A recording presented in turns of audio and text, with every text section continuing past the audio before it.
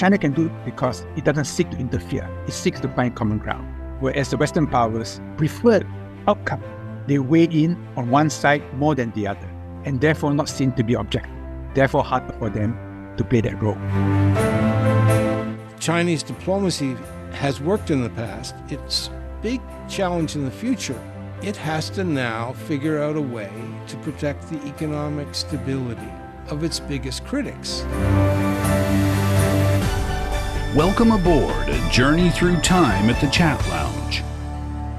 From proposing the 5 principles of peaceful coexistence to championing a community with a shared future for mankind, China has transformed from an isolated nation in the early days of the People's Republic to a key player shaping international relations. What milestone events have had or are expected to have far-reaching implications in China's diplomatic history? How come it was China that successfully helped broker historic accords between rivals for decades in the Middle East? And how may China's role continue to evolve in the international arena? Hello and welcome to the Chat Lounge. I'm Tu Yun. In this episode of our special series commemorating 75 years of the People's Republic of China, we first chat with George Yeo, former Foreign Minister of Singapore and founding patron of the Asia Competitiveness Institute, Kuan School of Public Policy, National University of Singapore, on China's diplomatic journey in the past 7.5 decades. Thank you for joining the chat, Mr. Yeo. So, you served Singapore's diplomatic missions for many years, and between 2004 and 2011, you were the country's foreign minister. Please tell us what you recall of your first interactions with your Chinese counterparts. Have you noticed any differences between them and other countries' diplomats regarding their working style? The Chinese diplomats, both in foreign affairs and in economic affairs, have advanced rapidly in their self-confidence, in their mastery of languages, in their command of the subject. In the years when I was Minister for Trade and Industry, Chinese trade officials negotiated in English, which really put them at a disadvantage if they did not command the language well. But to negotiate to interpreters is never satisfactory. By that time, I noticed that Chinese economic diplomats had no difficulty at all negotiating in English. That, to me, was very impressive. And today, the spectrum of Chinese competence in international affairs has broadened considerably. And not only in government, but also in the media field, like CGT. It's been quite something to watch for a distant observer like me. What about the country's diplomatic philosophy involvement? Have you noticed any changes there? The Chinese method of diplomacy is to concentrate on common areas of interest, to minimize problems, to solve problems, and for win-win propositions. There is no wish by China to interfere in the internal affairs of other countries. And to me, this is a fundamental difference between China and other major powers like the European powers and America. China's view is, I have enough problems running my own country. I know you have problems in your country. If I can help you, I will. But good luck to you. I'm not going to get involved in your things because I have enough problems with mine. Whereas with the Western powers, because they were used to being so dominant in the world, they have a strong tendency to judge other countries. You can almost imagine them when they visit countries like Singapore and maybe China with a clipboard, like a teacher, giving marks for various things, which to me is not very wise because you should never put yourself in that position. It doesn't make for good relations.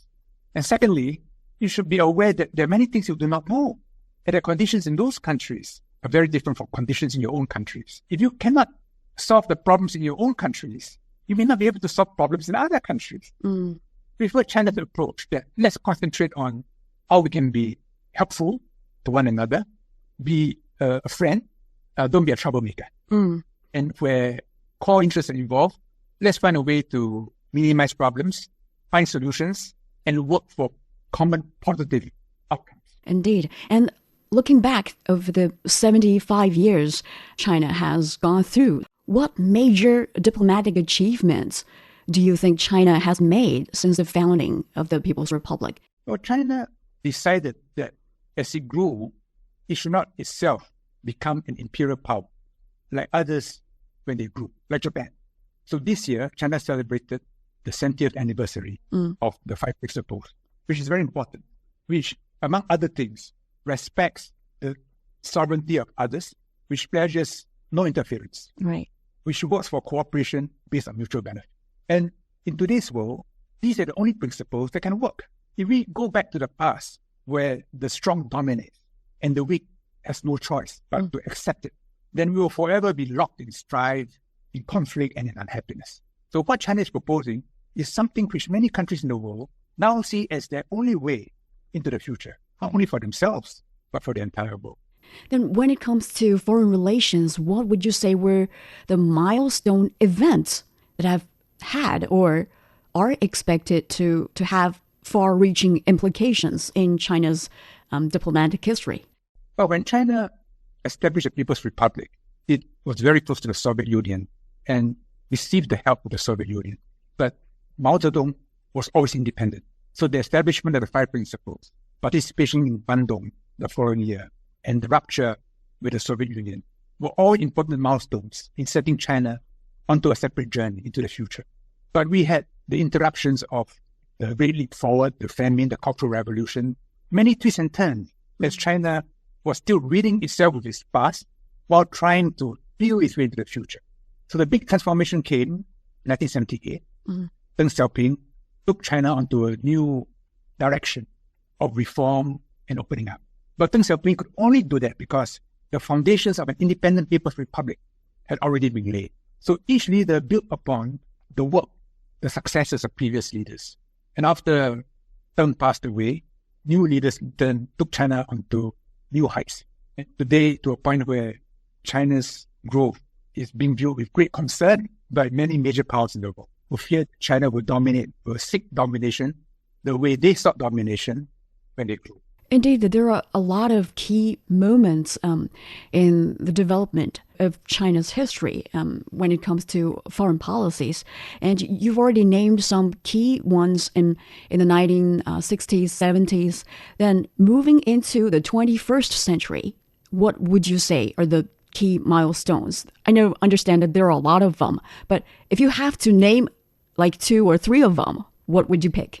Well, the Belt and Road Initiative, announced by Xi Jinping in Astana, I think it was in August 2013, and in Jakarta in October 2013, I think was very important. All right. The Belt and Road signaled a new phase in China's development, where the development of the Chinese market and of the Chinese economy could help neighboring countries, near and far, also achieve development. This is not the first time this has happened. Every time China was ascendant, its prosperity brought prosperity to a very wide region around China. And naturally, trade flow, routes were established, all kinds of arrangements were made. So this was the old Silk Road, which is why the Belt and Road Initiative was initially patterned after the old Silk Road, both overland and at sea. But it's much more than that now. If China is developing, then its neighbors will also want to develop in alignment with China to reduce cost of transportation, to facilitate urban development, and to ensure that the national plans dovetail into one another for mutual benefit. And the Belt and Road Initiative is not a plan, it's not a strategy. It is really an organic outcome of the growth of China's economy spilling over the much wider region. And in some directions, there could be initial obstacles. In others, it would move rapidly. But the general direction is, however the river meanders, it will still find its way to the sea. And we see that happening year by year in a very magnificent, in a very profound way. Then do you think this Belt and Road Initiative launched in 2013 actually redefined China's role in international economic and foreign relations, or is it just some deja vu or history repeats itself? Well, it creates new challenges. All right. Along the Belt and Road, countries which are China's neighbors feel a greater dependence on China. But even though they're happy with the economic benefits, they also worry that this may give China too much leverage over them. So naturally, the countries that benefit the most from the Belt and Road, they want diversification. They want to be not completely dependent on China, but they have alternatives. This is a very important psychology. I tell my American friends, the Americans oppose the Belt and Road because they think that it is at their expense. I tell them that it's the opposite. Along the entire Belt and Road, every country that sees its account with China growing will want diversification and will welcome America as they would Japan and India and Europe without having to pay for the Belt and Road. So you become a free rider. But it will be some time before the Americans come to this point of view, although eventually I think they would. And China understands this. China knows that the Belt and Road is not only to benefit China. In the end, it will benefit everybody, and it will make for a more interdependent, a better, and hopefully a more peaceful world. But some argue, especially those in the West, that China is actually trying to challenge the existing world order and expand its own sphere of influence. Is it fair to say so? Well, I can understand this point of view because the Western powers are so used to being dominant, are so used to controlling the international institutions, that when they see a China getting bigger coming in and wanting a commensurate stay in the councils of the world, they resent it. You an interloper. Why are you here? You're not supposed to be here. So they don't like it. And you take them some time before they accept it. And this is the reason why there is so much anti-China propaganda going on in the Western world. Some of it is state-directed, but some of it is a natural reaction to China's rapid rise, which they are not used to, and which threatens their own sense of self and superiority. This has been the Chat Lounge. Coming up next, check out how China helped broker historic accords in the Middle East.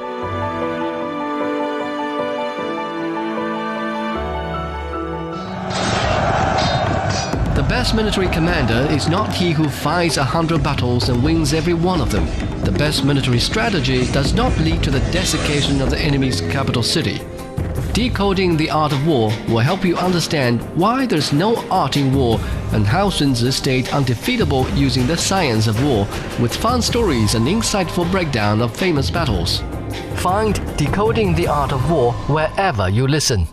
Welcome back to the Chat Lounge. We continue our chat with former Singaporean Foreign Minister George Yeo on China's diplomatic journey in the past 75 years.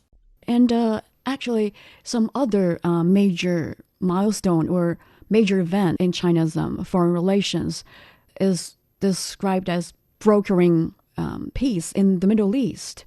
Brokering relations between Saudi Arabia and Iran, rivals for decades. And then we see 14 Palestinian factions striking a landmark reconciliation deal in Beijing. So from your perspective, were you surprised at that time that China was able to do all these? And how was it that China helped facilitate these peace talks, not other countries? I was not entirely surprised. All right. And I believe that in the future, China can do much more. This is because China's statecraft is not based on zero-sum. It's based on win-win. The Western powers are entangled with the Middle East because when the Ottoman Empire fell after the First World War, between the French and the British, they carved out the old Ottoman realm. And later, when the British withdrew from east of Suez, they handed control over many parts to America, which is why the U.S. has so many bases in the Middle East, in Diego Garcia, the Persian Gulf, in the Mediterranean. So what we see today, American entanglement in the Middle East and European entanglement, is a result of history. And they carved out a part of the old Ottoman Palestine for the state of Israel. This was British policy. And not surprisingly, the Arab world feels that it was unfair because land was taken from the Palestinians. But China's view is history has its own logic and its own dynamic, and you cannot ignore history.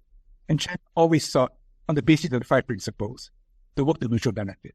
So China was able to work together with Saudi Arabia, with Iran, with Egypt, with the Palestinian government, even with Israel, on the basis that we have certain principles, we don't interfere, we are not a troublemaker, we are a peacemaker. So when conditions are right, China becomes the only one who has links to all the other powers. And that's how China was able to broker this agreement between Saudi Arabia and Iran. And more recently, we even broker an agreement among the different Palestinian options in China, which was also a very good achievement. But China can do it because it doesn't seek to interfere. It seeks to find common ground, whereas the Western powers have preferred outcome. So therefore, they weigh in on one side more than the other, and therefore not seen to be objective, and therefore harder for them to play that role. And from a veteran diplomat's point of view, was it an easy job to broker such a deal? Oh, no, it's never easy. To broker such a deal, you need to establish trust. You need to understand every country, its concerns, its history, its fears, its hopes, and then gradually to bring the two sides together, to encourage them to see good and reasonableness in the other. And then where it's necessary for China itself to add something onto the table, right, to strengthen the agreement for all parties. And China can do that because China has many capabilities. And if there's peace, China can do a lot to build infrastructure, to bring investments, to open markets to everybody. Then let's move on to the challenges ahead. You once anticipated Asia's role to grow more significantly in a world in transition, with China enjoying greater prominence and influence on the world stage, and the balance of power shifting towards it. What makes you so confident in that? Could the opposite scenario take place? Well, the Americans, after the end of the Cold War, thought it was a unipolar world, with America becoming the new Rome. But of course, that was a pipe dream, and the world is becoming multipolar. Deng Xiaoping once said, if China behaves like a hegemon, then it's the duty of other countries to bring down China. But I don't think this is how China sees itself. China is homogeneous. China is 92%, if not more, Han people, right, and they like its homogeneity. I don't think China wants Beijing and Shanghai or Guangzhou to be like London or Paris or New York. A few foreigners, yes. But to have a polyglot society like what we see in the West will make China ungovernable. So if China becomes imperial, it will absorb large populations into its body politic, which it doesn't want. And that's why China believes deeply in the five principles, because the best way for China to maintain its own sense of self and to have harmonious relations with its neighbors. I mean, China will, of course, defend itself and defend its core interests, but its overwhelming preference is always for win-win outcomes. Right. Then in this transition era, what would you say are the primary challenges for China's diplomacy in this changing international landscape, particularly regarding its relationships with Western powers? Well, they feel threatened because they were used to dominating others, and in a sense, patronizing others. And now countries in the South, in Latin America, in Southeast Asia, in Africa, have alternatives. And China is an important alternative to them. And this, as it were, undercuts the position of the West in the South, and they don't like it. But I believe it is a phase. You take, say, the case of the Europeans in Africa. The Europeans know that if Africa's economy doesn't function, then the outflow of African refugees into Europe will be unstoppable. It's already bringing to European societies almost unbearable tensions. And if one economy after another in Africa falters, what we see now will only be a little of what is to come. China is now providing Africa's infrastructure for the 21st century, a way which was not imaginable before. China is a huge opportunity for Africa. And really, Europe and Africa, Europe and China, should work together to bring development to Africa. Africa doesn't belong to Europe. Africa doesn't belong to China. But if Africa works with both China and Europe, Africa will benefit, Europe will be protected, and China will benefit. There's so much advantage in peace. Now, America's agenda is a bit different because America will not face the problem of migration from Africa directly. It will still face this problem indirectly.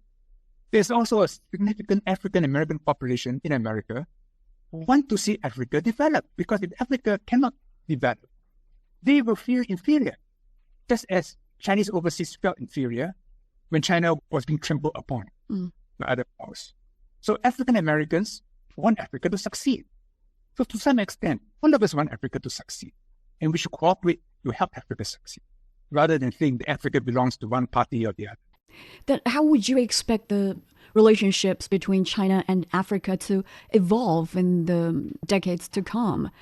Will it become more harmonious, or will it be interrupted by some noise? There'll be a lot of challenges. All right. Because African society will have to be modernized. The boundaries in Africa were drawn by the colonial powers. in almost every African country, tribal affiliations are still very strong, which means that Western democratic institutions do not work very well. And when the armies intervene, they create new problems. So Africa cannot depend on Western institutions to develop. And this was stated as much by the former president of Nigeria, a very respected leader, Obasanjo. He said, let us be frank. He said this recently. Let us be frank, he said. Western institutions don't work in Africa. Chinese institutions will not work in Africa. Like China, Africa must find its own path into the future. Indeed. Africa is 3 times the size of China in land area.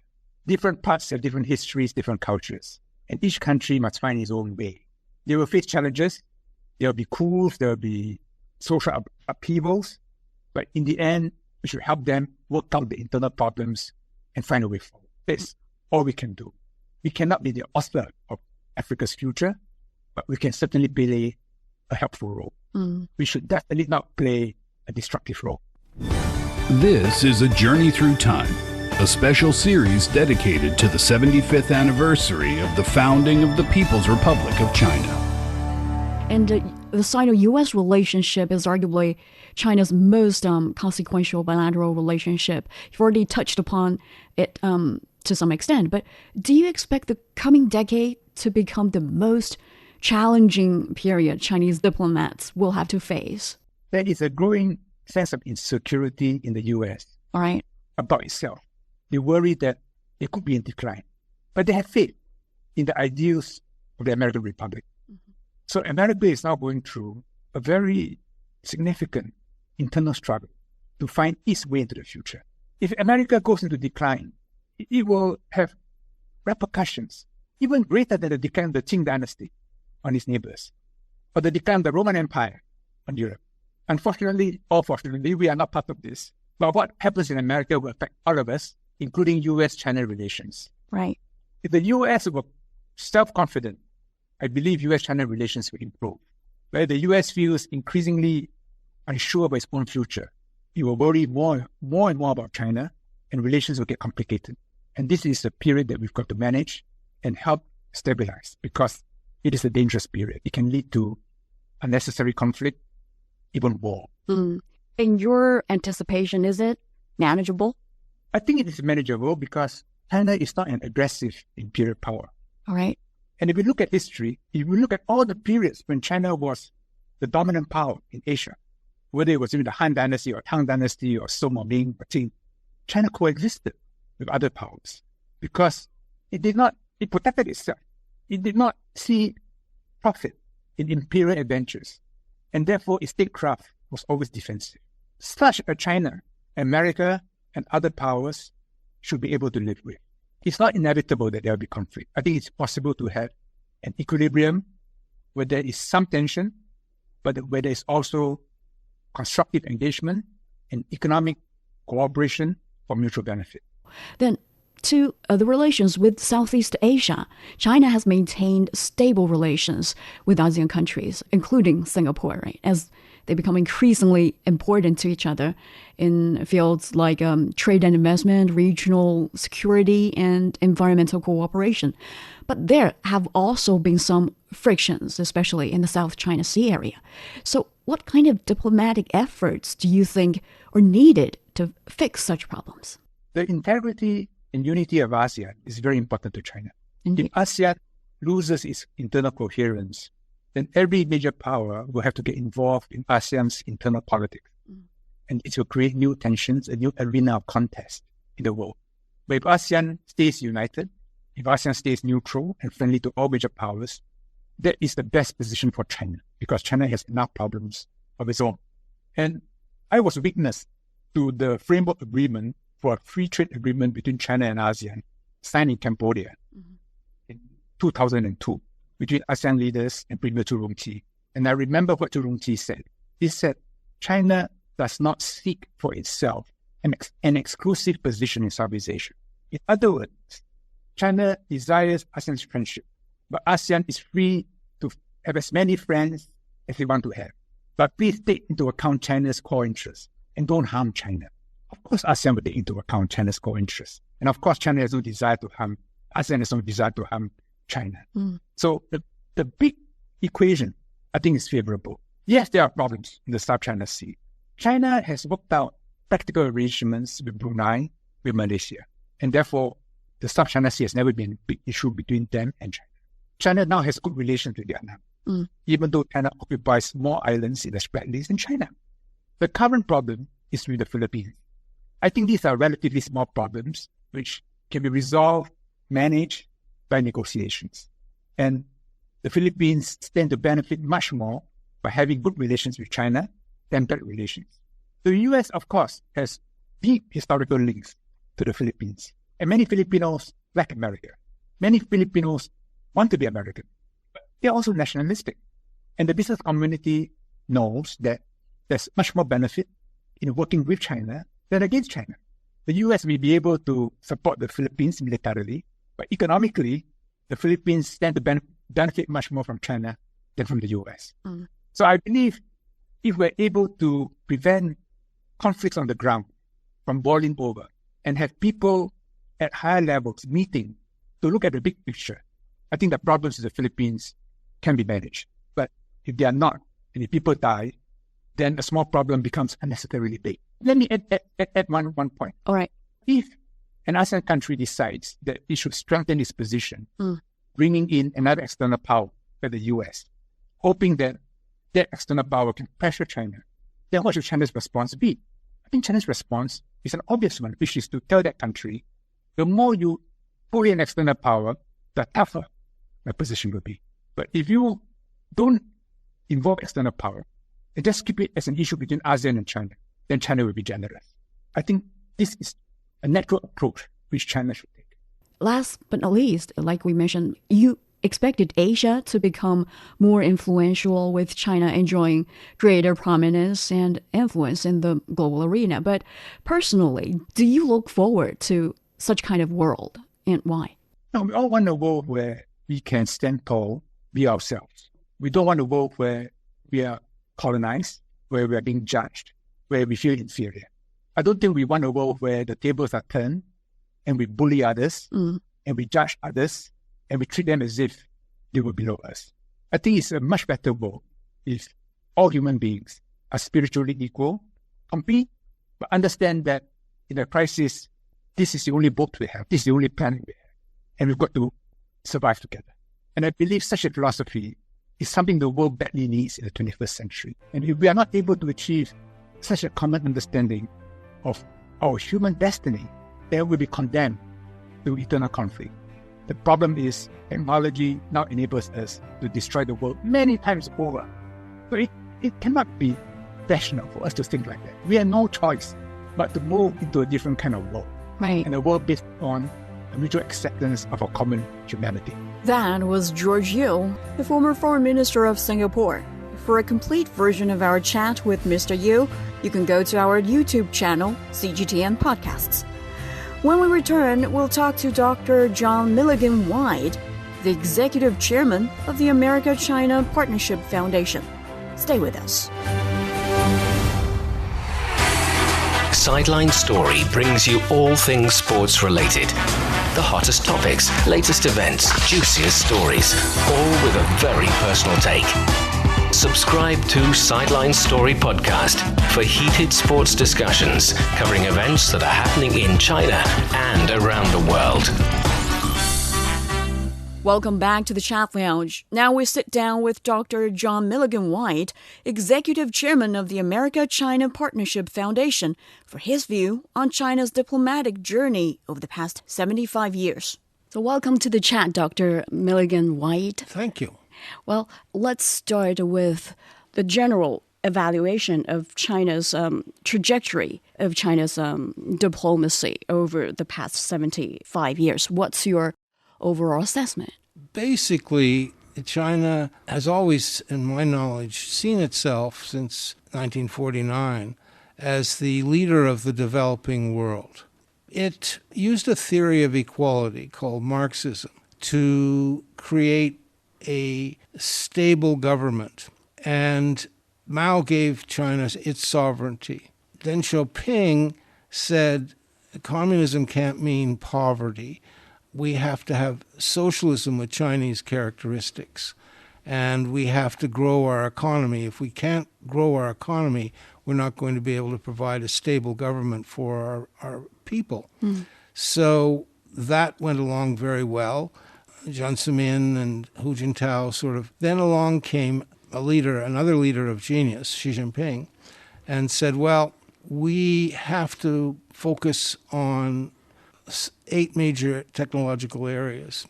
And we can't just have our own success. We have to lead, going back to the roots of Chinese diplomacy, we have to be a leader of the developing world. So we're going to have things like the Belt and Road and the AIIB and BRICS and the New Development Bank, which is, on the one hand, each of those policies is a stroke of genius for maintaining China's internal economic development, but also a stroke of genius in enabling its trading partners in the developing world to share its success. You mentioned that China intends to be the leader of the developing world, but on the Chinese side, probably we don't have that, thought in the first place. Maybe China just wants to set an example that a developing country can manage to do or accomplish all those things, right?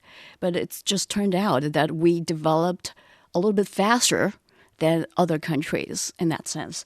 Well, in your opinion, what have been the most significant diplomatic achievements or milestones of China during this period? Well, I was very impressed with Mao's ability to unite the country with a theory of equality. I was extremely impressed in 1997 when I began thinking about China. The only statesman in the world that I found had a theory about how the future of mankind could work was Deng Xiaoping. Deng Xiaoping said, no, we're not going to have a nuclear war. Our problem is economic development. So nobody, in 1978, China was in pretty bad shape. And none of the generals, basically, and leaders of the party, knew what to do with it. But even Mao had told Brezhnev that Deng Xiaoping would be the future leader of China. There's a wonderful excerpt from Deng Xiaoping's 3rd volume of selected works where he's talking to the president of Hungary. And he's saying, there were a bunch of farmers, and they decided to do their collective farming, but also farm privately on the side. And the productivity went way up. So Deng Xiaoping didn't really know how to solve the problem, but he took the generals down to see these farmers. And the generals realized, well, none of us know how to run an economy. Other than Zhou Enlai and Deng Xiaoping, none of us have really been educated outside of China. They happened to be in a work study program in France in 1917. So they bestowed on Deng Xiaoping this, if any of us can figure it out, it's this guy, so we're all going to support him. That sort of mindset change, the ability to, we care about people. Our country is poor. It's not going to have a stable government unless it can grow economically. How can we do that? So we're going to produce a leader of the quality of Deng Xiaoping who says, well, we're not going to get ready for the next nuclear war. We're basically going to focus on economic development. Genius is something that's obviously true, compelling, which no one ever thought of before. So we have that push. Now, China was always talking about, in those early years, the North-South divide. So that theme, in my view, has continued. And the Belt and Road and AIIB is basically the continuation of what used to be called, when I was in university, the North-South divide. Right. Actually, how to improve people's livelihood is not just, what we did over the past few decades. That's what the Chinese nation been dedicated or been seeking over the past 3,000 years. You mentioned this Belt and Road initiative. I think recently on social media, there was this viral video featuring Daniel Rund, the senior vice president of the U.S. Center for Strategic and International Studies, who once commented on China's BRI. He said, quote unquote, BRI is an ambitious and hopeful project. I hate it because it's a great idea, because it inspires folks in the global south. It's just not our idea. So from being questioned to being accepted by more than 150 countries and being imitated, if you will, by the U.S. and its allies, the Belt and Road Initiative is regarded by some observers as the most ambitious and successful diplomatic effort China has made in the past decade. So from your perspective, what's the significance of this initiative when looking at it more than a decade after its launch? Again, I see it as a stroke of genius. How do you continue your domestic economic growth? How do you expand your economic reach? So China produces a leader, and he says, well, we should have a Belt and Road project where we invest all this excess foreign capital we're generating with our trade in developing the infrastructure in our trading partners, both in the developing world and the developed world. So it's a very, very wise and noble policy. I think the realization, basically, that it's a very successful idea. The Western media likes to say, oh, it won't work, it's bad, but it speaks for itself. It is very successful. In terms of? Well, the IMF and the Asian Development Bank were not really providing the economic wherewithal for developing countries to have the infrastructure to develop. And if you don't have infrastructure, you don't develop. China, as a developing country itself, understands the critical importance of infrastructure, and it's using its success to fund other countries' success. But it's not like it's China who's been developing this project. Like the U.S. also got similar projects too, right? Why have the developing countries accepted the BRI instead of those provided by the states and its allies? Well, the background, of course, is colonialism and racism. So the countries that benefited first from the Industrial Revolution, England and then America, and other countries created colonies, and China was a victim of that attempt to colonize China, and it rejected that. The Americans did the Marshall Plan, which is analogous to the Belt and Road, because they were fighting the Russians and communism. But the developed world really wanted to keep the developing countries poor and to exploit them. So China basically, as a developing country, realizes it has to form, it is part of the South, it is part of the developing world. It just happens to be, as you said, the most successful of the developing countries because it has a very effective government. And the Europeans and the Americans, there was a view, basically, there was a thesis that in order to have economic development, you had to have capitalism. Now, in a capitalist country, like the United States, for example, capitalism controls politics and public policy. In China, its political system, socialism controls capitalism, public policy, and politics.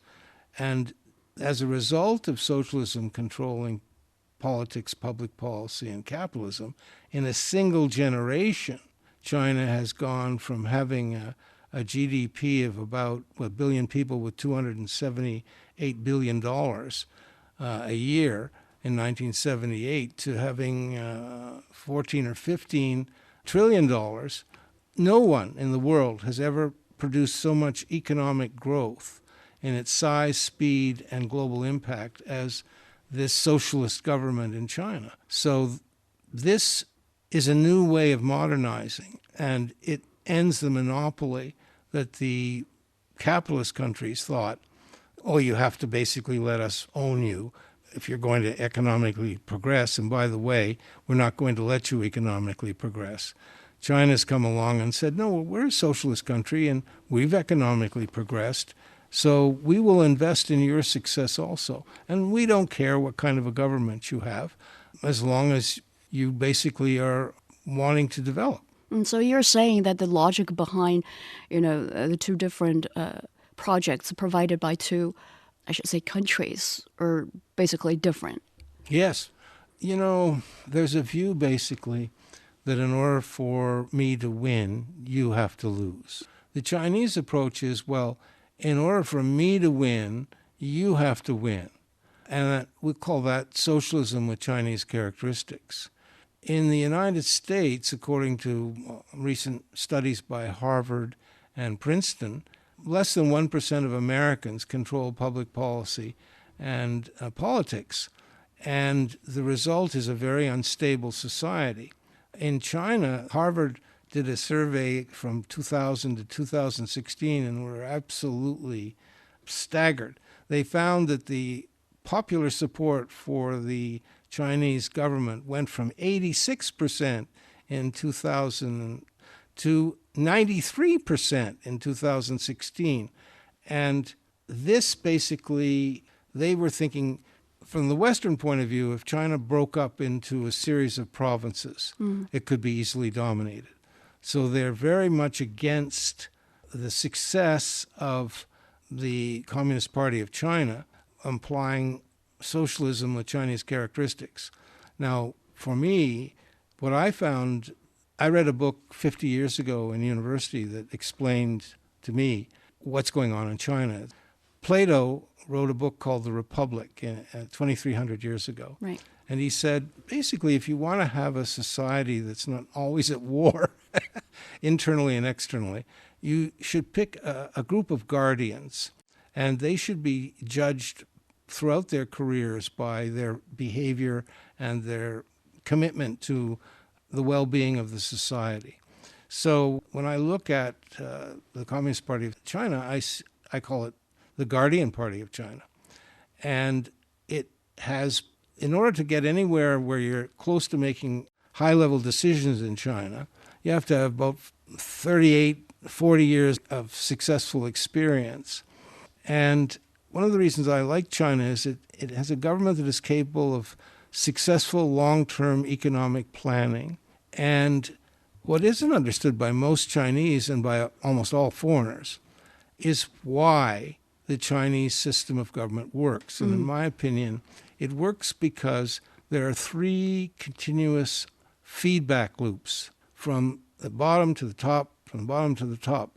Within the, what I call China's Guardian Party, there are 96 million members, and it's constantly gathering information about what are the problems, what policies are working, what policies are needed. Then you have in the NPC another continuous feedback loop doing the same thing. And then in the CPPC, you have a third feedback loop. So these are perceived, the NPC and the CCPC are perceived by Westerners as simply rubber stamps for what the CPC is doing, when, in my view, the success of how did China in a single generation create 800 million people out of poverty, 400 million of which into the middle class? It did this because of the successful feedback loops within these three organizations. So in my view, China has the most effective, most representative, and most responsible government that I'm aware of. In the world, the IMF notes that nobody has alleviated poverty to the degree that the Chinese government has just in a single lifetime. This is A Journey Through Time, a special series dedicated to the 75th anniversary of the founding of the People's Republic of China. You're saying that's most representative of the whole nation. You're saying that the CPC is the guardians of the country.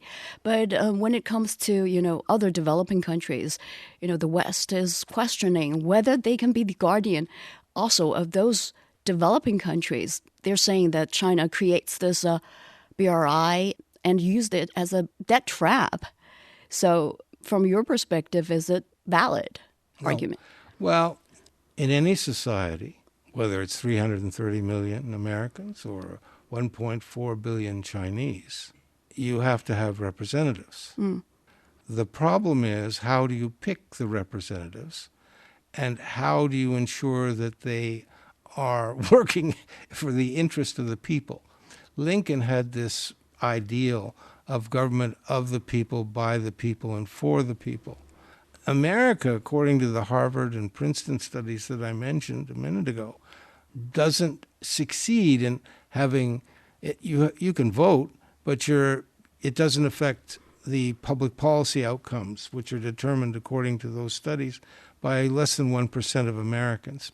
So the whole idea that you could have a socialist government that lifted 800 million people out of poverty in one generation is terrifying to the developed nations.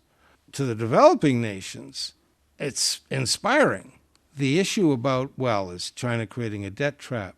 I think that the IMF and the World Bank created debt traps, and that led to the Asian financial crisis. It was the Americans that produced the 2008 financial crisis. I don't see the same level of irresponsibility in the way China is investing globally. And I also see there have been studies which point out the stages that the BRI has gone through, the first stage, the second stage, the third stage. You have the expansion of BRICS, you have the AIIB, you have the new development bank.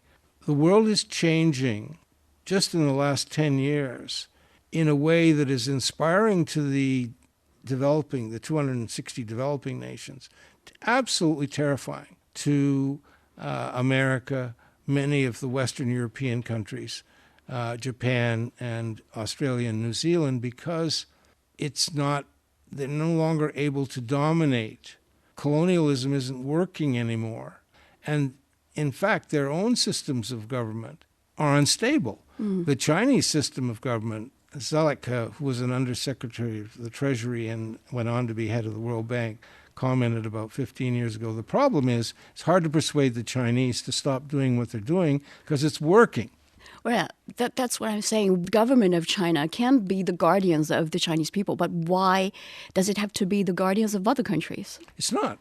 I don't think what China has accomplished is replicable in other countries. I think China leads by example.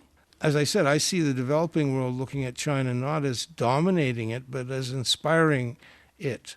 I think, as I said, for the developed world that's used to being, there's an old saying that the powerful do what they want and the weak suffer what they must. I'm asking whether China is trying to be or can be the guardians of those countries by providing such a project as the BRI. Well, it's doing two things.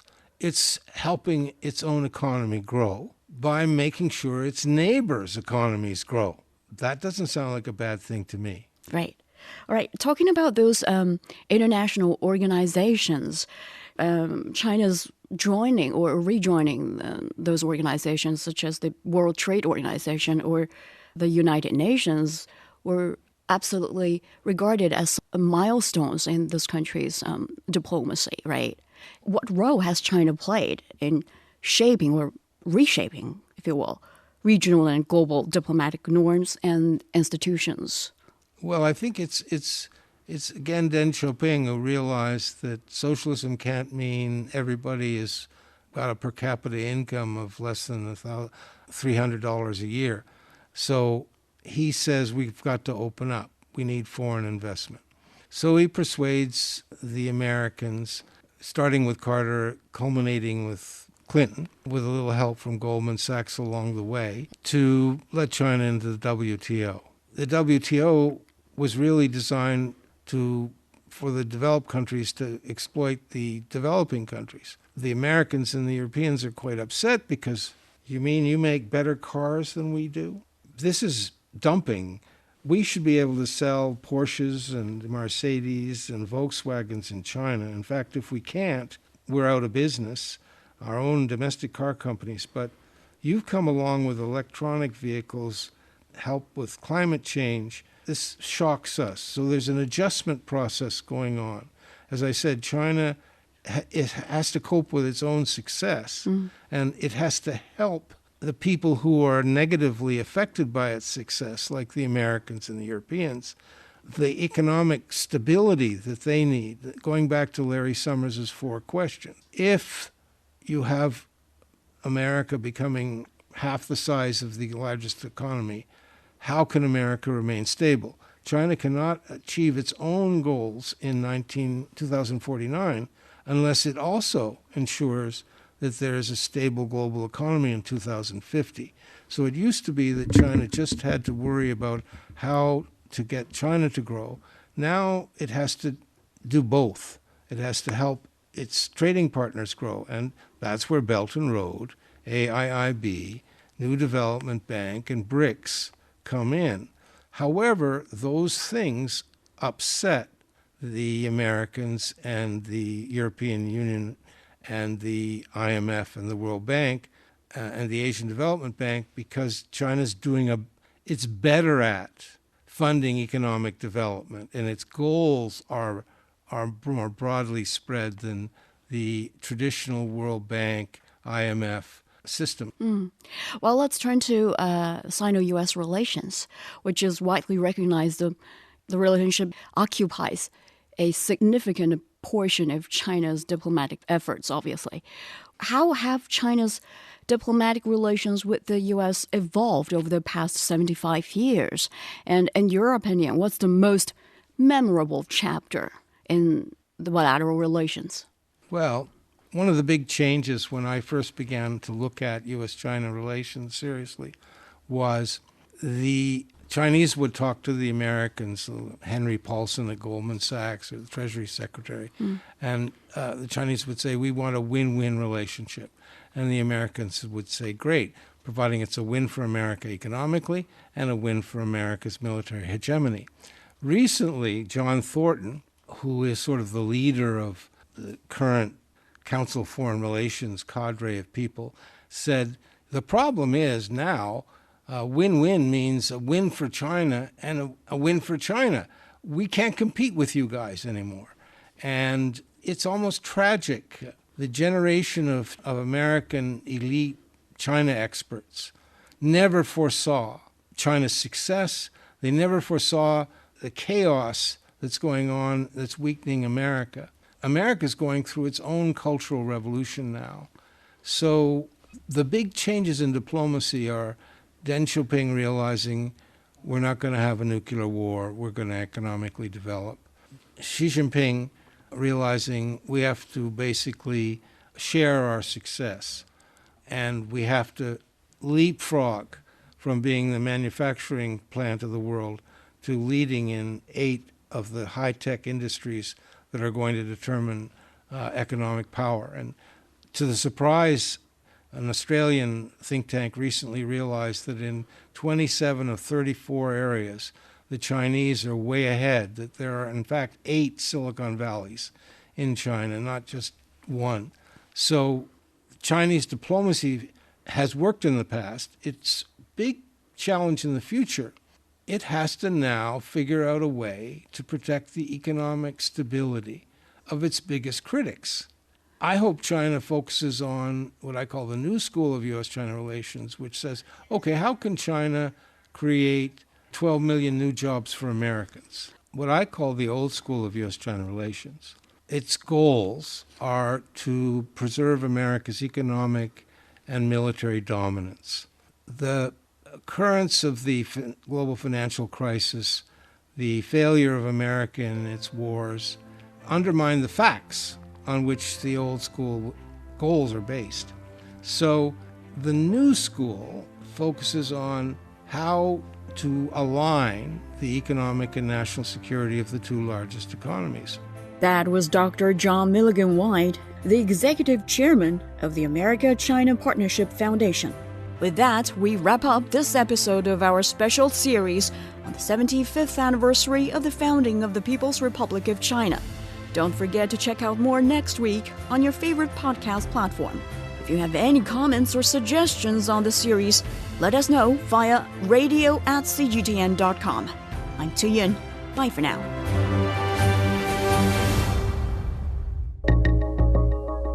Dive into news like never before with Deep Dive, the podcast from CGTN Radio. Join our global reporters for captivating stories and thought-provoking conversations. Search Deep Dive on your favorite podcast platforms. and get ready to dive in.